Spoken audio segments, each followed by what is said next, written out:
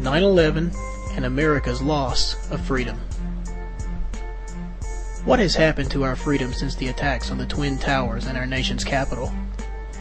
Was those two massive towers the only thing that fell on September 11, 2001? What if the freedoms of this country are crumbling to dust and falling into oblivion right before our eyes, but only at a slower pace? Could the people of this country prevent the destruction of our personal, religious, and political liberties, if in fact they are being destroyed? Since we are considering opening questions in this discussion, then we may do well to consider one more. What is freedom? You may think it quite an easy task to define this word that is so often used in our everyday language, but sometimes the definition of a common word is harder to grasp than you might think. When I was at the University of Tennessee studying political theory and philosophy, there was a teacher there who was quite the advocate of communism. He challenged his class to tell him what freedom was. Then he called on student after student, but he found no definition. He laughed at the students, then proceeded to teach communist theory the rest of the semester. The ignorance of his students enabled him to teach the entire class from a communist perspective, without being challenged. The students were being indoctrinated in communist ideology, and they did not even know it. The point is that if you do not know what freedom is, then how do you know if you are even free? How will you know if the government is taking your freedom away if you do not even know how to define freedom? Are you not helpless in such a situation? In George Orwell's novel 1984, he wrote about what America would be like in the future. The people of this futuristic America were enslaved to a most dreadful fascism. One of the most depressing things of Orwell's novel was the fact that Americans did not even know what freedom was. The fascist government had prevented the people from having any written history, and therefore they had no way of comparing their present American situation with the America of the past. That fascist government had dumbed down its people to such an extent that they were unable to comprehend the concepts of freedom or slavery. The ignorance of the people turned out to be the strength of the fascist government. Indeed, it was one of the fascist government's chief dictums. Ignorance is strength. Today we constantly hear how our educational system is becoming worse and worse. Having gone to 2 universities and a college, I can honestly agree that most of our teachers are anything but scholars or experts in their field. What they teach is either useless or just plain opposite to the ideas and goals of a free nation. Orwell, in his novel 1984, was warning us that one of the greatest dangers any people of any nation could face is being uneducated. Orwell, like many people today, feel a great need to educate this nation. But Orwell was only half right. It will do a person no good to be highly educated in falsehoods or deceptions. One must not only be educated, but one must be educated in the truth. Will it profit a man to pass his time watching hours of television? Will it profit him to pass his time away in the nightclubs, or to use up his time reading comic books or pointless, mindless literature? What benefit will you gain from education that is offered in television, nightclubs, or comic books, or the other forms of literature and distraction? When the majority allows entertainment to replace serious study, then the result is an uneducated mass of people, a population which can easily be manipulated. There has been a very popular fictional movie which has recently come out. It warns of fascist governments. The movie is called V for Vendetta. What makes the hero of this movie so different from the heroes of other action movies today is that the hero of this particular movie is a highly self-educated man. There is one scene in this movie which shows us the hero's lair. Now this is a hero that is fighting the fascism of an entire nation by himself. And what do you suppose is all over his hideout? High-tech supercomputers like Batman has in the Batcave? Not a chance. Strange experimental weapons one might see in a James Bond movie? No, what this hero has was more powerful than supercomputers and secret spy weapons. The hero's hideout was full of books. It was a hidden library of books. To prepare to fight tyranny, the hero had spent his time and effort in the serious reading and study of books. And he was not well read in just anything. He was well read in the classics, in philosophy, and so on. He did not quote from Anne Rice, but from Shakespeare. One of his best lines in the movie is, "People should not fear their government, but governments should fear their people." Has this or anything like this been said before? Thomas Jefferson once said, "When the people fear the government, you have tyranny. When the government fears the people, you have liberty." In the movie V for Vendetta, the hero used violence to achieve his goals. However, the use of violence is not needed to effect political change. There is a peaceful way to change one society. Perhaps one of the best historical examples can be found in the man Martin Luther, who lived in Germany in the 16th century. Luther was in a society which would rival any modern police state you could imagine. The people in Luther's time had no personal freedom, no political freedom, and no religious freedom. Like Orwell's novel 1984, Martin Luther's Germany, indeed all of Europe, was being dominated by a dreadful fascist institution, which ruled mercilessly. Like the freedom-hating government of Orwell's novel, this fascist institution also had a dictum praising the ignorance of its people as its own power. The dictum goes like this: "Ignorance is the mother of devotion." To ensure that people in Martin Luther's day were kept ignorant, laws were passed banning books, and only certain people were allowed to be educated. As if this was not bad enough, freedom of speech and religion were also non-existent in Martin Luther's day. If any were to speak out against the official authority or practice a religion other than the official religion, then there was a secret police known as the Holy Inquisition, which was ready to snatch you up and speed you away to a medieval concentration camp where unimaginable tortures and executions awaited you. There was no middle class in the days of Martin Luther. If you were born not rich already, then you were poor, and very few people were born rich. There was no middle class. There was no separation of church and state. But the aristocracy ran the government, and even they obeyed and answered to their own big brother, who claimed to be God on earth, the Vicar of Christ, none other than the Pope of the Roman Catholic Church state. There has never been a more freedom-hating institution on the face of this earth than the Roman Catholic Church state. There has never been a more determined institution willing to destroy anyone or any nation which opposed it on the face of this earth than the Roman Catholic Church state. The countless number of victims that were murdered during this so-called Roman Catholic Holy Inquisition far outnumber any Holocaust that occurred in Germany during World War II. The Roman Catholic Church state controlled individual people with their religion of fear and superstition. The Roman Catholic Church state was successful at this time in politics because almost everybody agreed with the Roman Catholic political theory.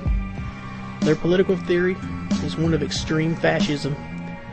The Pope rules the Church and the world. The Pope, according to the Roman Catholic doctrine, is the ultimate ruler who is infallible and must be obeyed. If the Pope's authority were to be rejected, then such who dared would be excommunicated from the Church, then handed over to the government for torture and execution. Since the people of the European nations were all adherents to Roman Catholicism, then the Pope could force the governments to do his bidding. If any king or sovereign dared to defy the Pope, then the Pope would enact a religious form of coercion known as the edict. This religious tactic threatened the very people of that rebellious nation with eternal damnation if they did not find a way to remove the king or sovereign who was in rebellion and set up another who was loyal to the Pope. Mob rule was a weapon the Pope wielded in order to keep the kings and sovereigns fearfully under his rule. Mobs were often told ahead of time by the Pope and his priests that if they were to rise up and murder the heretics, then their sins would be certainly absolved and they would be forgiven.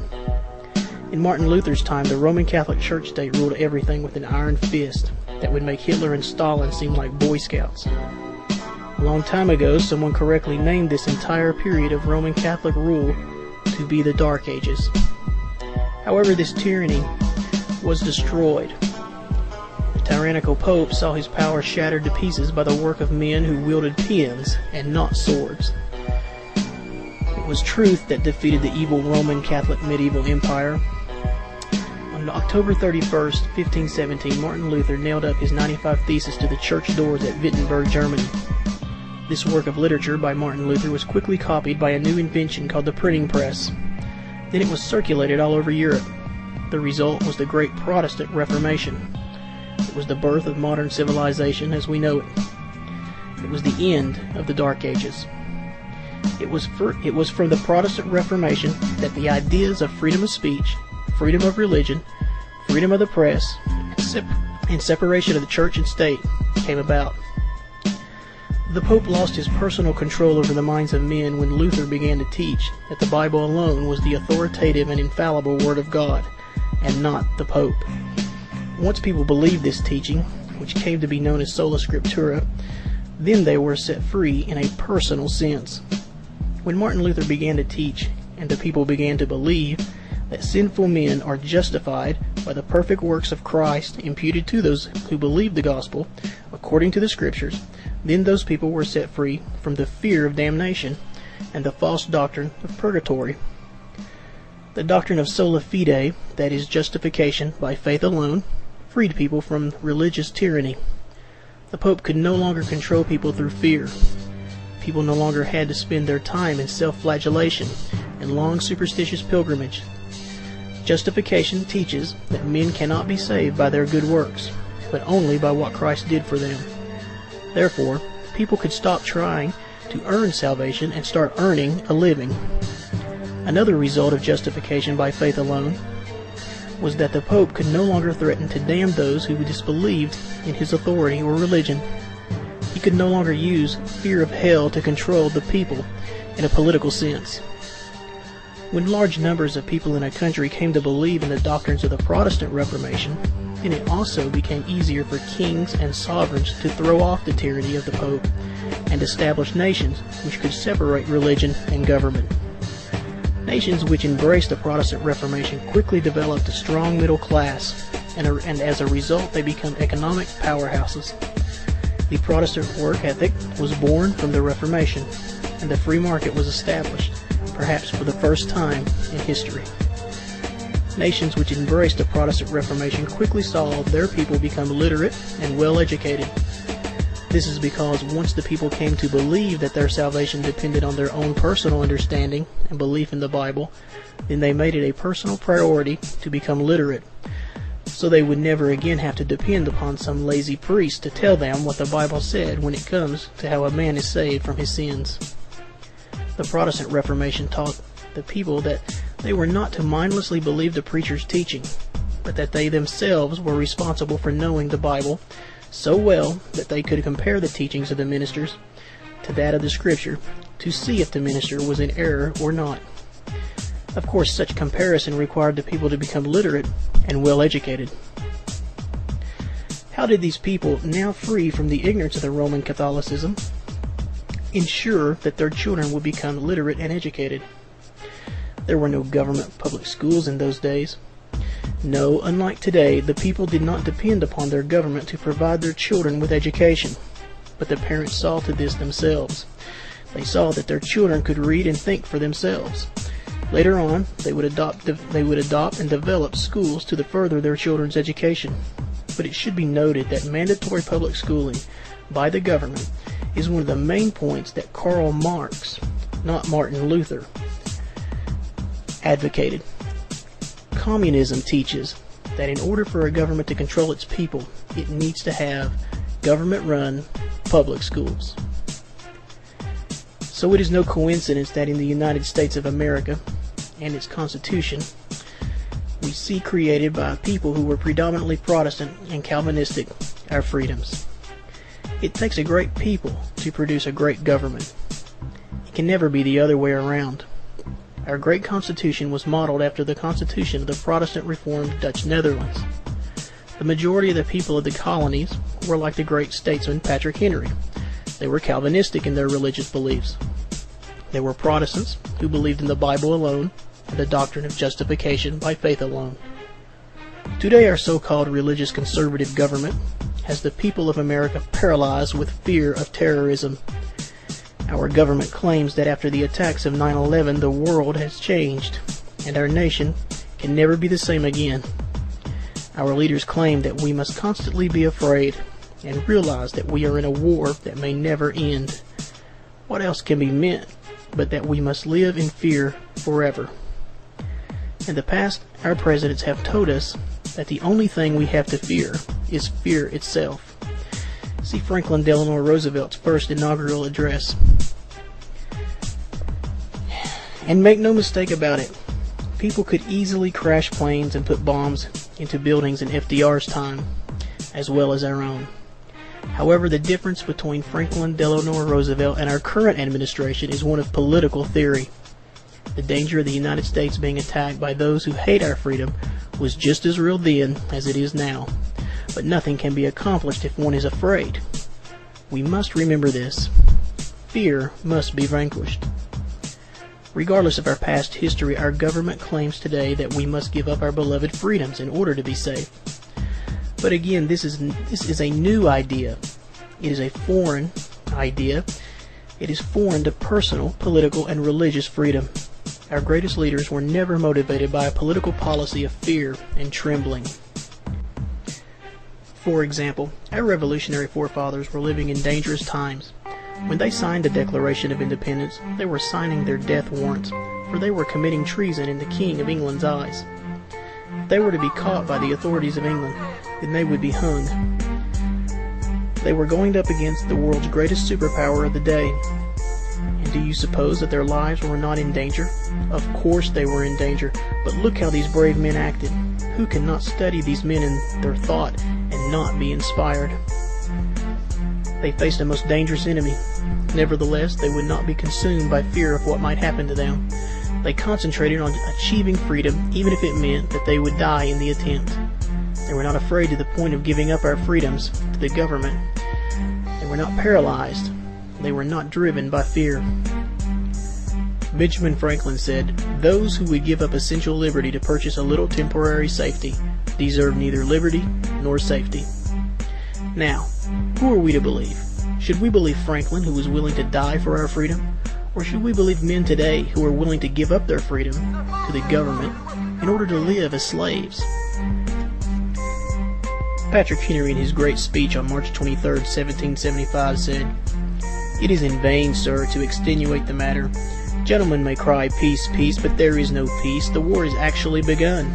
The next gale that sweeps from the north will bring to our ears the clash of resounding arms. Our brethren are already in the field. Why stand we here idle? What is it that gentlemen wish? What would they have? Is life so dear or peace so sweet as to be purchased at the price of chains and slavery? Forbid it, Almighty God. I know not what course others may take, but as for me, give me liberty or give me death." Now, Patrick Henry believed our people were at war, as it is evident from his speech. But did he wish to give up freedom because of this? No. Freedom is what we fight for, not what we give up. It is better to die than to give up one's freedom. People today think that because we are at war with terror, then we must give up our freedom to be safe. People today would not have been able to win the Revolutionary War. Indeed, they probably would not have even bothered. Like I said, it takes a great people to make a great country. Our leaders today, with their political policy of fear and trembling, would not have won the Revolutionary War with their way of thinking. Our leaders today do not understand, or if they do, they choose not to live by the principles of the Protestant Reformation that so guided men like Patrick Henry. The people who embraced the Protestant Reformation produced representative governments, which were elected by the people. The governments were too small and not to be designed to intrude on the lives of its people. This way of thinking has come to be called Jeffersonian politics. Today, our current Republican administration claims to be conservative, but the government and its power over the people of this country has grown more and more under the current administration than any other before it. Our nation is no longer saturated with ideas of the Protestant Reformation. The country is growing more and more Roman Catholic in theory every day. Soon, if it not already, there will be a Roman Catholic majority in this nation. And do you think that the Pope of the Roman Catholic Church state has given up his quest for world domination? Not at all. Roman Catholicism is the greatest enemy of religious and political freedom, not only in this country, but also in the entire world today. Can you name any Roman Catholic country that has a government like ours, a Bill of Rights like ours, freedom of religion and diversity like ours? No. Such things are forbidden in fascist society. And do you think that it is a coincidence that the Western Third World countries are mostly illiterate, have no middle class, but at the same time are predominantly Roman Catholic? No. Ignorance and poverty are the products of Roman Catholic society. Why is it that our current president has met with the Pope more times than any other president in the history of our nation? Is it because the Pope and the Roman Catholic Church state have suddenly changed their economic, political, and religious policies? No. The Roman Catholic Church state has not changed, but she has strengthened her old medieval ideologies. Why is it that so many illegal Mexicans are flooding across our southern border? We are commonly told that they are simple people who are merely looking for work. We now know that the organizers of this mass illegal invasion have a quite different and sinister motive. The militant Mexican organizations, such as La Raza, are interested in taking back large portions of the United States of America for their home government, Mexico. We also do not pay attention to the fact that these illegal Mexicans, some 12 million strong, are almost all Roman Catholic. We must not forget that history teaches us that the Pope will take advantage of such a mass of uneducated Roman Catholics. He could easily command them to rise up and reclaim the southwest United States from Mexico and the Roman Catholic Church state. The Pope has, in the past, sent Roman Catholic countries and the Catholic people of those countries into a non-Catholic country for the purpose of murder and for the purpose of taking that country back in his name. In the 16th century, the Pope attempted to have his Catholic subjects in England murder Queen Elizabeth I by issuing a papal bull which commanded them to kill her and simultaneously forgave them of this sin they would commit in doing so. These organized Mexican groups are known as Reconquistas. This Spanish name means to reconquer. Now, does that sound like an act of war? They have admitted publicly to this militant agenda more than once. Corporate America would like to see that this information is kept quiet in our media. One has to watch Lou Dobbs of CNN to get any comprehensive reporting on this issue. When the murderous plot failed, the Pope ordered the Roman Catholic nation of Spain to conquer England. Spain sent its great naval armada to conquer and take back England for the Roman Catholic Church state. But the entire Spanish armada was destroyed. In 1605, on November 5th, Guy Fawkes and Robert Catesby of the Roman Catholic Order of the Jesuits, a murderous organization sworn to use any means necessary to conquer the world for the Pope, attempted to blow up the king and Parliament in England. Fawkes and Catesby had placed 30 barrels of gunpowder under Parliament. Their wicked murderous plot was found out and stopped. If they would have succeeded, then the entire building and many innocent people would have been destroyed. We learned from this act of terrorism that the Roman Catholic Church state is just as dangerous as any modern-day Islamic extremist. Indeed, the Roman Catholics have been in the business of terrorism long before the Muslims. To this day, the 5th of November is celebrated in England as Bonfire Night. Large bonfires are erected and dummies of Guy Fawkes and the Pope are tossed onto the fire in remembrance of the Roman Catholic terrorist attack that was foiled so long ago. But again, I must bring our attention back to the very meaning of the term freedom. We cannot truly know the enemies of freedom until we know the meaning of freedom. What is freedom? Freedom is the ability to do what is right. Man is free when he is capable of keeping God's moral law, that is, the 10 Commandments. Calvinist Dr. John Robbins defines the term freedom from the Scriptures. He states, "Freedom is the rule of God's law, the perfect law of liberty. Jesus says, 'If you abide in my word, you are my disciples indeed, and if you shall know the truth, and the truth shall make you free.'" John chapter 8, 31-32. Far from freedom and law being antithetical, one cannot have freedom without the rule of law. Dutch Calvinist Herman Hoeksema continues the explanation of freedom. He states, "Freedom does not consist in this, that man emancipates himself from God and his law, that he declares his independence from the Lord of all, that he thinks as he pleases and wills as he pleases and acts accordingly. For this is not freedom, but licentiousness.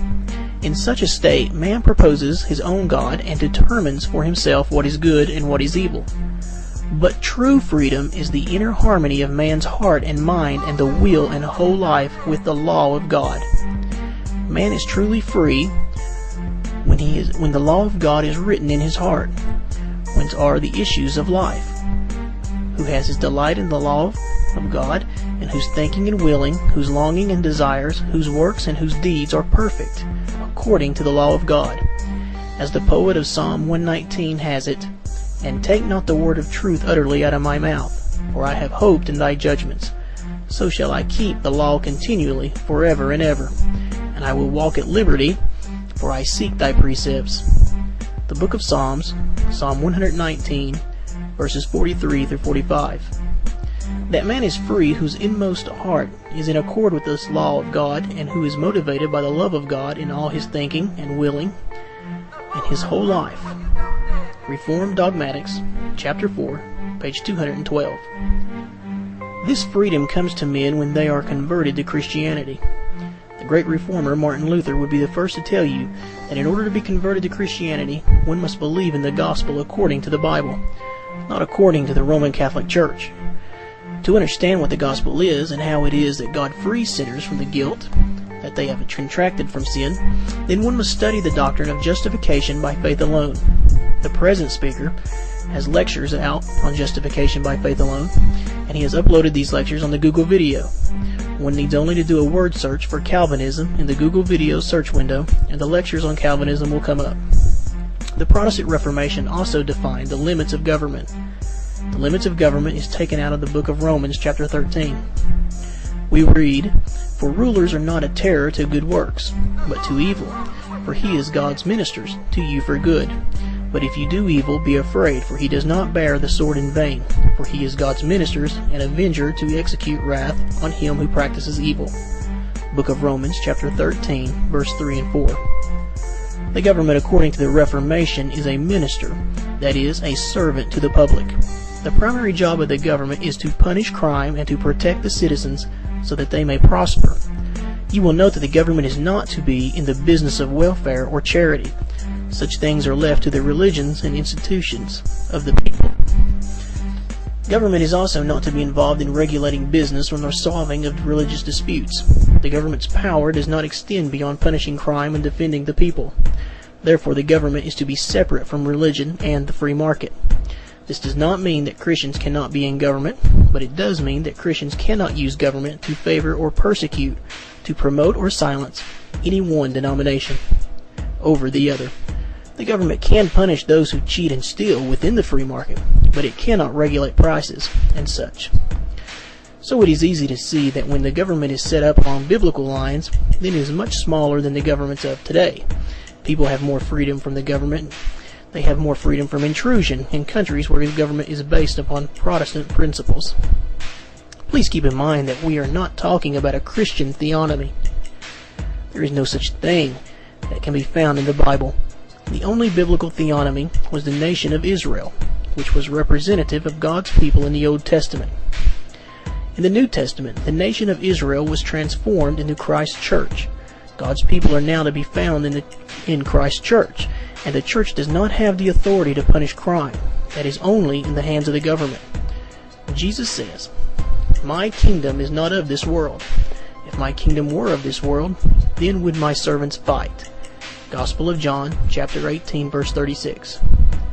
Therefore, such sins as blasphemy, which were punishable by death in the Old Testament, are not to be punished by the government today, because they are sins against God and not crimes against man. This is one reason we have religious freedom in Protestant nations. So in order to reverse the loss of our freedoms in this country, the people of this country, or at least a good deal of them, are going to have to return to the teachings of the Protestant Reformation. The people of this nation will have to learn again the teachings that the Bible alone is the Word of God, and that man is justified by faith alone. And as leaders, such as Patrick Henry knew, it is Calvinism which gives the most thorough and comprehensive explanation of this systematic way of thinking. Until we return to being a great people, then we should not expect this nation to return to its former greatness.